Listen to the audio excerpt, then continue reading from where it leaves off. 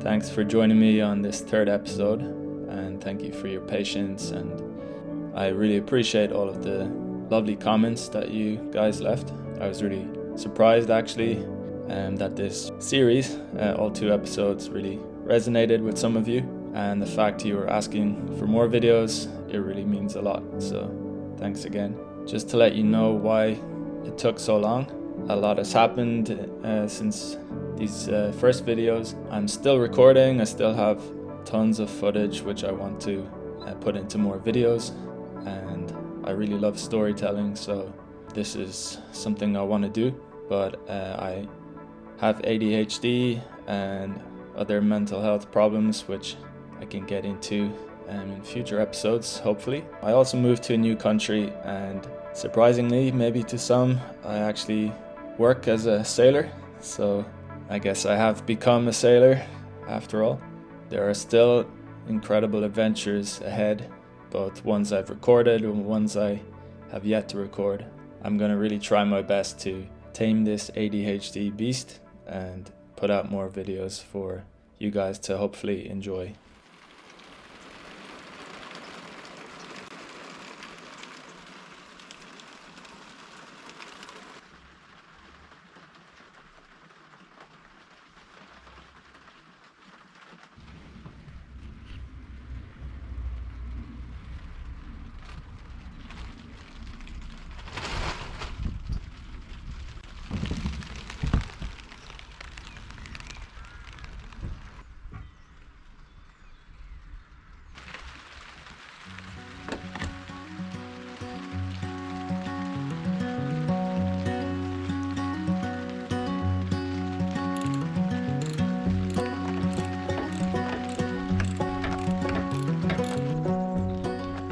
There was a couple of engines that came with the boat.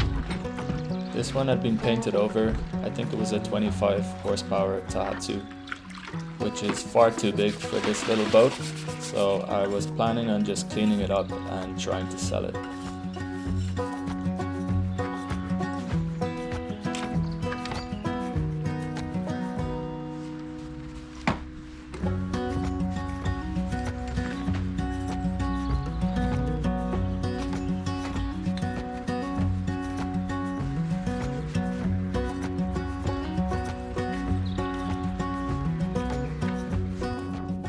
The engine mount was cheap and flimsy, so this was something that was also going to have to be replaced.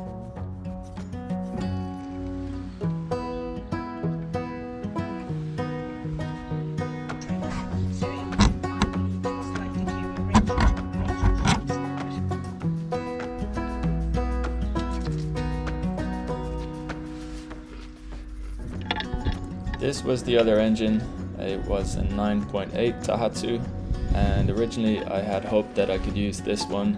It wasn't in good shape. I took it apart and the aluminium bolts had seized. There was a lot of corrosion, so I tried my best. I bought this kit to try and extract the bolts, and in the end I brought it to a specialist, and they basically said I'm better off selling the engine, which I eventually did. And I want to put out a disclaimer that if anyone is watching this with the hope of learning how to fix up boats or engines, I am not your guy. I am someone with basically almost zero skill, and all I'm trying to do is learn and try my best. I spend a lot of my time watching YouTube tutorials, but I'm far off from being an expert. So like I said, this engine was toast, and I bought a new engine. This is a Tohatsu Sail Pro, 6 horsepower, 4-stroke. It took a hell of a long time to arrive because of COVID and the supply chain issues. But this was a fantastic engine, and it is geared especially to push heavier displacement boats. It's incredibly efficient on fuel, so that's good for the pocket and the environment. And yeah, I've only good things to say about this engine. I invited my friend Cathal to come help. He's an extremely experienced sailor, and he's sailed across the Atlantic a couple of times. So it was great to have someone who actually knows what they're doing to come and give some help. This day was a really important landmark for my journey. It was the first time I took Elmer out onto the river. So this is the River Shannon. It's the longest river that flows through Ireland. And I was so excited to get sailing, but I had to wait for the engine to arrive because this is a flowing river. There is a bridge very close by, and you need an engine to get out and go upstream to where the river widens and you can put up the sails safely.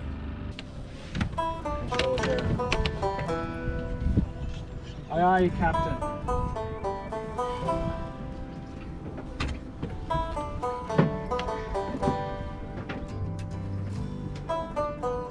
Oh, you fucking legend, come on. Holding off.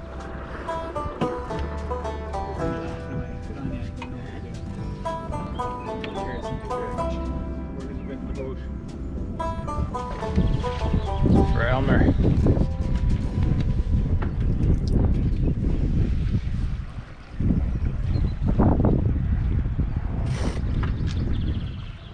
I'm pretty sure these are the original sails, and as you can see they look pretty grotty and very green from all the algae, but I didn't care at this moment.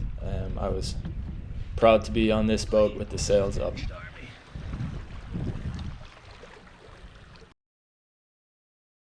I needed a good dinghy for the voyage we had planned, and here I am with my friend Ush. We are inflating the boat for the first time, and this is a different river. This is the River Corrib, which flows through Galway, my hometown.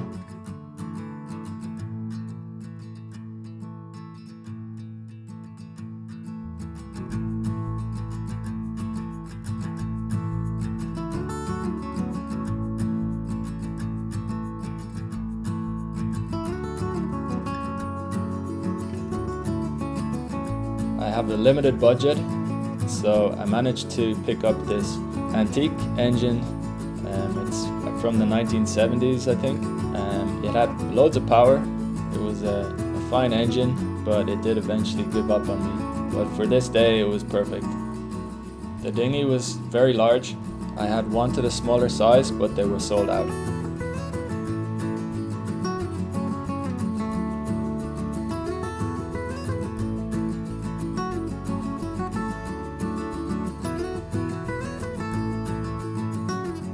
Ush was joining me for the voyage I had been waiting for. We were well over 100 kilometers inland, and I had always planned to bring Elmer out onto the ocean. So for this journey I wanted someone experienced. For much of his teenage years, Ush had lived with his family on a sailing yacht in the Mediterranean.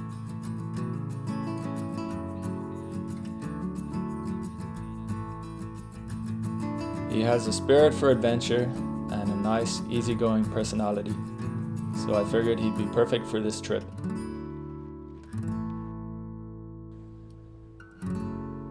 The upper lake on the river is really beautiful. It's surrounded by rolling green hills, but the wind here is gusty and unpredictable. Also, sometimes there's no wind at all, like you can see here. I think we're going 0.5 of a knot speed, so I really couldn't wait to get out onto the ocean. For our long journey downstream, we were going to have to pass under many bridges. This meant we would have to take down the mast. Larger boats require a crane to lift the mast, but we were able to manage it with just 2 people.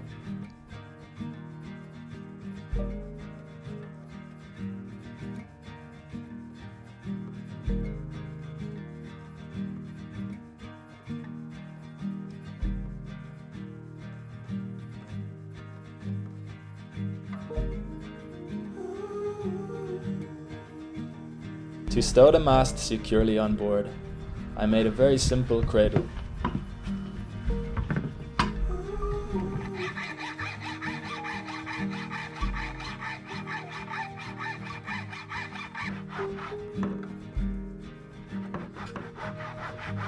It's quite funny and cringy to watch myself back on these videos, and just how I cut the wood and use these tools. And yeah, I think I'm learning a lot just by watching.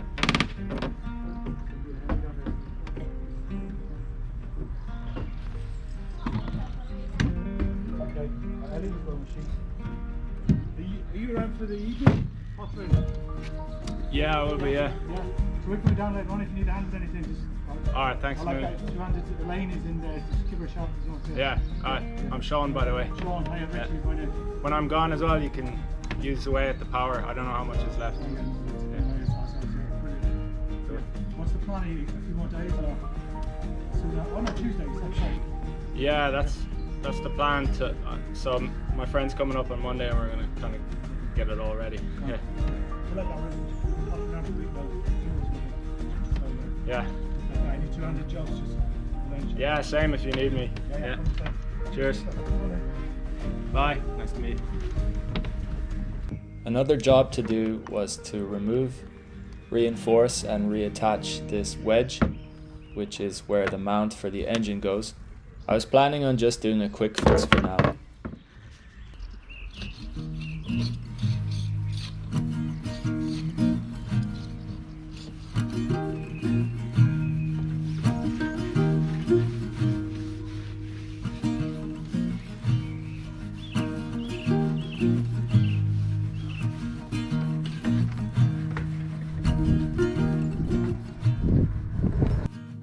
A task I was both dreading and looking forward to was putting on my wetsuit and diving under for a look at the hull. I hadn't seen Elmer out of the water, so I was unsure what to expect, and I actually never even met the owner, so I just looked at the boat as is, and it was selling at quite a low price, so I decided to just take a chance and go for it. But the journey we were planning was quite a serious one. We were going out onto the ocean. I needed to check the hull for any damage. I'd also dropped some tools and some Sikaflex, which I needed to retrieve. The water was very cold after the winter. It also was a bit eerie with all of the brown coloration in the silt. Pass me the cover.